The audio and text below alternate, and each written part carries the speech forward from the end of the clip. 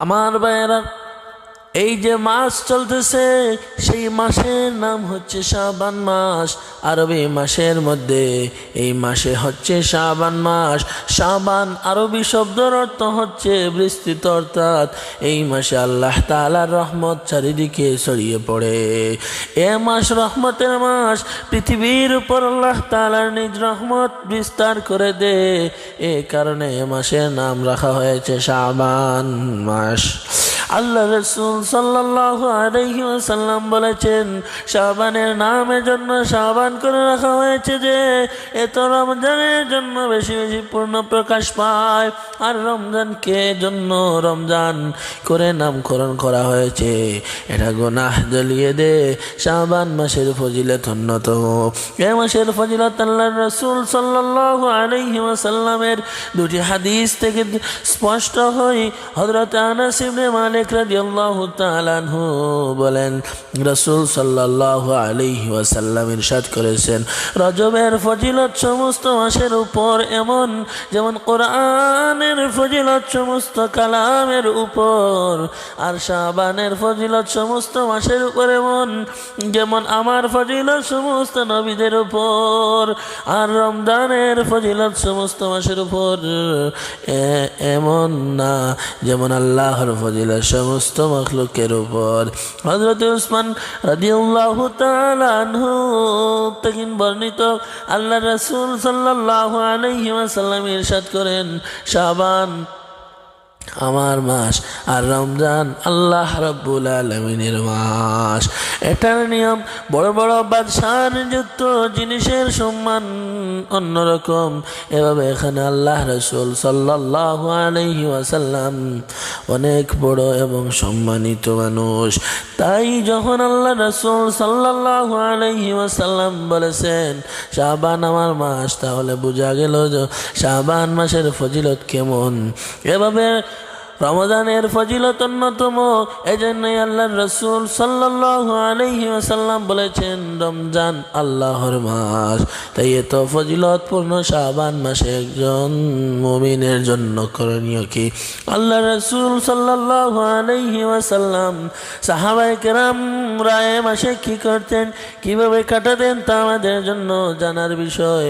তো তোমরা হাদিস ও সালাফিদের দেখতে পাই এ মাসের আমল তারা কি করতেন, নিচে তা আলোচনা করা হইল। বেশি বেশি করে রোজা রাখা।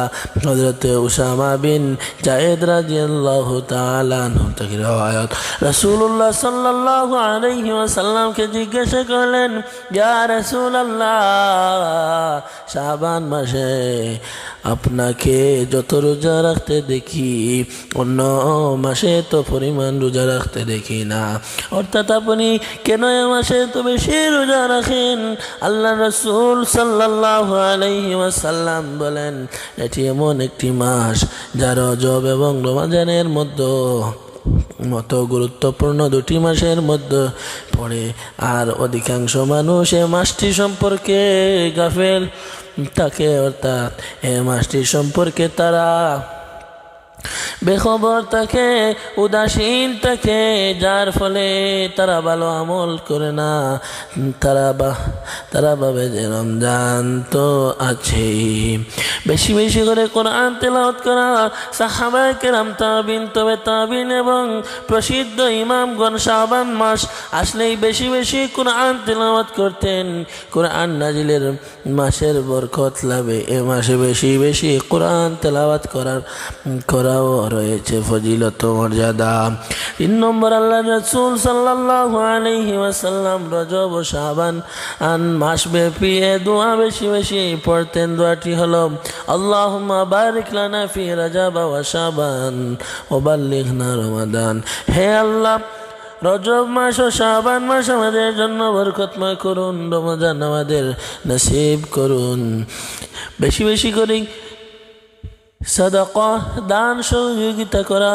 হযরত আনাস ইবনে মালিক রাদিয়াল্লাহু তাআলা আনহু থেকে বলেন, সাহাবায়ে কেরাম রাদিয়াল্লাহু তাআলা আনহু শাবান মাসের চাঁদ দেখলে বেশি বেশি কোরআন তেলাওয়াতে মশগুল হয়ে পড়তেন।